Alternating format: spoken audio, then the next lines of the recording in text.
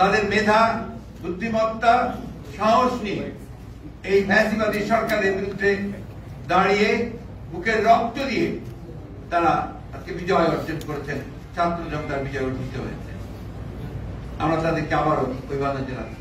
আমরা সকল রাজনৈতিক দল, সকল ব্যক্তি যারা এই সংগ্রামের সঙ্গে জড়িত ছিলেন, আছেন, পেশাজীবী, তাদের সকলকে আন্তরিকভাবে ধন্যবাদ এবং কৃতজ্ঞতা জানাচ্ছি এই আন্দোলনের শরীক হয়ে আজকে বিজয় অর্জন করবার জন্য।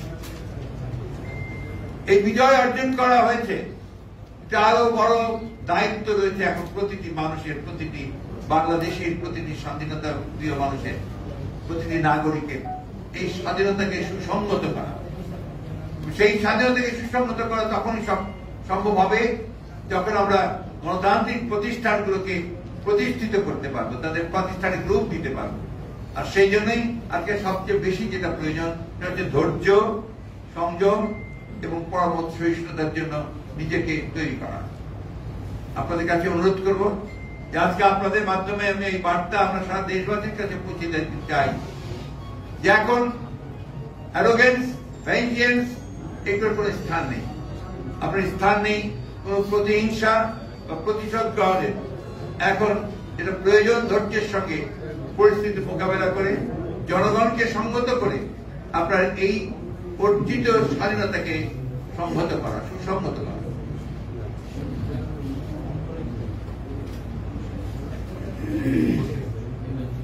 আমি আপনাকে অনুরোধ, আপনাদের মাধ্যমে সকলকে অনুরোধ করতে চাই আবারও এই অনুরোধটি আমাদের অত্যন্ত আন্তরিক এবং জরুরি যে আপনারা এটা সর্বক্ষেত্রে পৌঁছে দেবেন।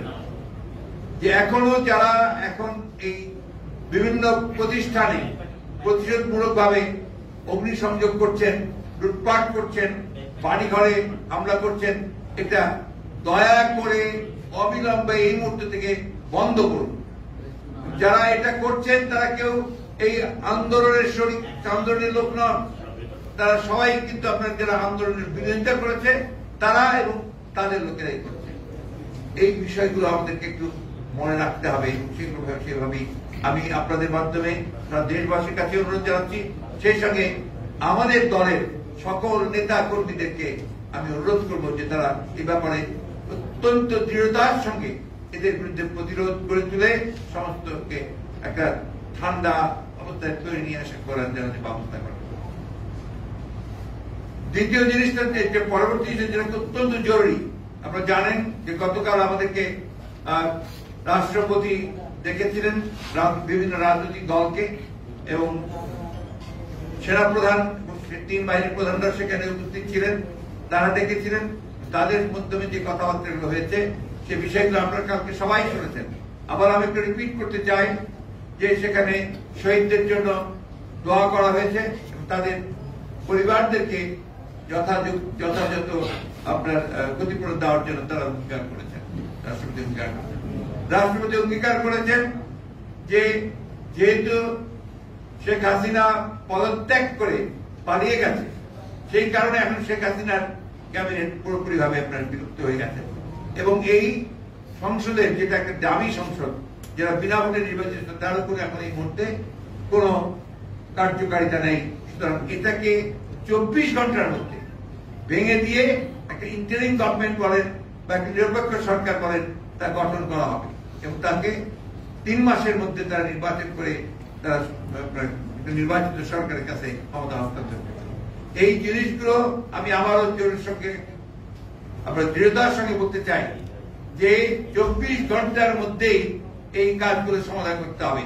আমি রাষ্ট্রপতির কাছে আহ্বান জানাচ্ছি, কাল বিলম্ব না করে আপনি আজকের মধ্যেই 24 ঘন্টা প্রায় হয়ে যাচ্ছে, দুটার মধ্যেই আপনি দয়া করে এটাকে অবিলম্বে এই পার্লামেন্টকে ভেঙে দিয়ে আপনার একটা অন্তর্বর্তীকালীন নিরপেক্ষ সরকার গঠন করুন। অন্যথায় দেশে আবার রাজনৈতিক শূন্যতা দেখা দিতে পারে। আমি ধন্যবাদ জানাতে চাই আমাদের দেশপ্রেমিক সশস্ত্র বাহিনীকে। তারা যে ভূমিকা রেখেছেন তারা নিঃসন্দেহে এই দেশের রক্ষার্থে, তার স্বাধীনতা সর্বত্র রক্ষার্থে তারা আবার তাদের একটা ঐতিহাসিক ভূমিকা পালন করেছে। সেটাকে সুদৃঢ় করতে হবে, সেই জন্য জনগণের সমর্থন তাদের প্রয়োজন রয়েছে। আমি তাদের প্রতি আহ্বান জানাবো যে আপনারা অতি দ্রুত আপনাদের সেই দায়িত্ব পালন করবেন দৃঢ়তার সঙ্গে। এবং আপনাকে যেটা আমরা আগেও বলেছি, আবারও বলছি যে রাষ্ট্রপতি এবং সশস্ত্র বাহিনীর প্রধানেরা তারা সবাই একমত হয়েছেন যে তারা অবিলম্বে তারা দেশনেত্রী বেগম খালেদা জিয়ার মুক্তি দেবেন এবং সেই সঙ্গে আমাদের যারা এই আন্দোলন চলাকালীন সময়ে মিথ্যা মামলায় যাদেরকে আটক করা হয়েছে তাদের সকলকে মুক্তি দেওয়া হবে। একই সঙ্গে অন্যান্য যে সমস্ত মিথ্যা মামলা দীর্ঘকাল ধরে আমাদের যে সমস্ত রাজনৈতিকভাবে আপনার সাজা দিয়ে আটক করা হয়েছে তাদেরকেও মুক্তি দেওয়ার সমস্ত প্রক্রিয়া তারা চূড়ান্ত করবেন, এগুলো তাদের কমিটমেন্ট। সুতরাং আমরা আশা করবো এই বিষয়গুলো দ্রুততার সঙ্গে হবে। একই সঙ্গে আশা করবো যে সমস্ত গণতান্ত্রিক শক্তি আজকে ঐক্যবদ্ধ হয়ে অর্জিত যে সাফল্য, সেই সাফল্যকে সুসংগত করবার জন্য তারা সবাই তাদের নিজ নিজ ভূমিকা রাখবেন। এটাই আপনাদেরকে আমি জানাতে চাই। ধন্যবাদ আপনাদের।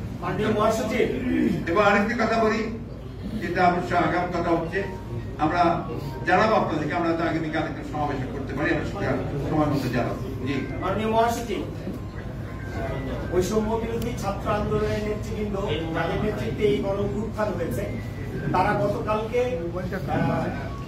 সংবাদ সম্মেলনের মাধ্যমে বা গণমাধ্যমে তাদের বার্তা পাঠিয়েছেন, সেটা হচ্ছে তারা অন্তর্বর্তী সরকারের প্রধান হিসেবে ডক্টর মোহাম্মদ ইউনূস সাহেবের নাম প্রস্তাব করেছেন। আপনারা এটাকে সমর্থন করেন কিনা? আমাদের এটা সমর্থন করার ব্যাপারটা তো ব্যাপার না, ব্যাপারটা হচ্ছে যে আমরা যখনই প্রেসিডেন্ট আমাদের কাছে প্রস্তাব দেবেন আপনার এই অন্তর্বর্তী সরকারের আপনার নামের জন্য, আমরা সেই সময় তাদেরকে প্রেসিডেন্টের নাম দেব। কারণ এখানে শেষ করি, কারণ এখানে এখন constitutional head of state is the president, উনি হচ্ছেন রাষ্ট্রের প্রধান, তারই একমাত্র এখতিয়ার আছে আপনার এই ধরনের ব্যবস্থাগুলো নেওয়ার জন্য। সুতরাং তিনি যখনই আমাদেরকে ডাকবেন আমরা অবশ্যই আমাদের যেটা নাম প্রস্তাব সে প্রস্তাব দেব। তবে আপনাদের একটা কথা বলে দিই, ছাত্রদের প্রতি আমাদের সম্পূর্ণ আস্থা আছে, এই আস্থা আমাদের আছে এবং আমরা তাদের প্রতি তাদের আন্দোলনের সঙ্গে একাত্মবোধ করেছি, তাদের সঙ্গে আমরা একাত্মবোধ করছি। তবে আমরা প্রত্যাশা করবো যে এখানে সর্বদলীয় ব্যাপারটা গুরুত্ব দেওয়া উচিত, যে জিনিসটা অত্যন্ত গুরুত্বপূর্ণ। মাননীয় মহাসচিব, আজকের মিটিং এ আপনারা অন্তর্বর্তীকালীন সরকারের প্রধান বা সদস্যদের নাম প্রস্তাবের জন্য কোনো আলোচনা করেন না? আমরা সেটা কোনো নাম স্থির করিনি, যখন করবো আমরা জানতে পারবো।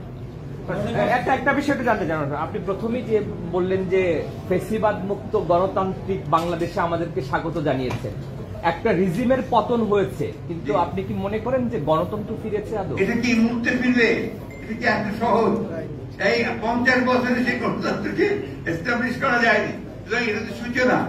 আর কিন্তু এখন আমরা রাহু মুক্ত হয়েছি, আমরা একটা ফ্যাসিবাদের যে মূল হোতা জনগণ তাকে ছড়িয়েছে, সে পালিয়ে গেছে, জনগণ থেকে বিতাড়িত করেছে, সেইখানেই আপনার এটা একটা বড় বিজয় নিঃসন্দেহে, সেই বিজয়টাকে কনসিডার করতে হবে।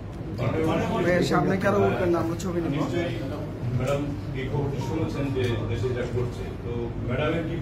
ম্যাডাম প্রথম যে কথাটা বলেছেন যে সবাইকে শান্ত হতে হবে, আর এখানে এখন এমন কোন ধরনের সিচুয়েশন তৈরি যেন না হয় যাতে অর্জিত বিজয় আবার ছিনিয়ে না নিয়ে যায়, এবং জনগণকে তিনি অ্যালার্ট থাকতে বলেছেন যে এই বিজয় যেন কেউ ছিনিয়ে নিতে না পারে। ম্যাডামের মুক্তির ব্যাপারে কথা হয়েছে, আপনারা জানিয়েছেন ম্যাডাম জনসম্মুখে কবে নাগাদ আসতে পারেন? উনি যখন নিজেকে মনে করবেন যে সে স্পিড, তিনি অত্যন্ত অসুস্থ, আপনারা জানেন, আমরা কাল রাতেই তার সাথে দেখা করেছি, অত্যন্ত অসুস্থ। সুতরাং যখনই আপনার তিনি সুস্থ হবেন, স্পিড মনে করবেন, তখন তিনি জনগণের সামনে তারেক রহমান সাহেব কবে দেশে ফিরবেন? এই স্বাধীন দেশে কবে উনি যখনই মনে করবেন নাও হি ক্যান কাম ব্যাক, আমরা অলরেডি তাকে আমাদের অনুরোধ জানিয়েছি যেন দ্রুত চলে আসেন, সেই ব্যবস্থা হবে।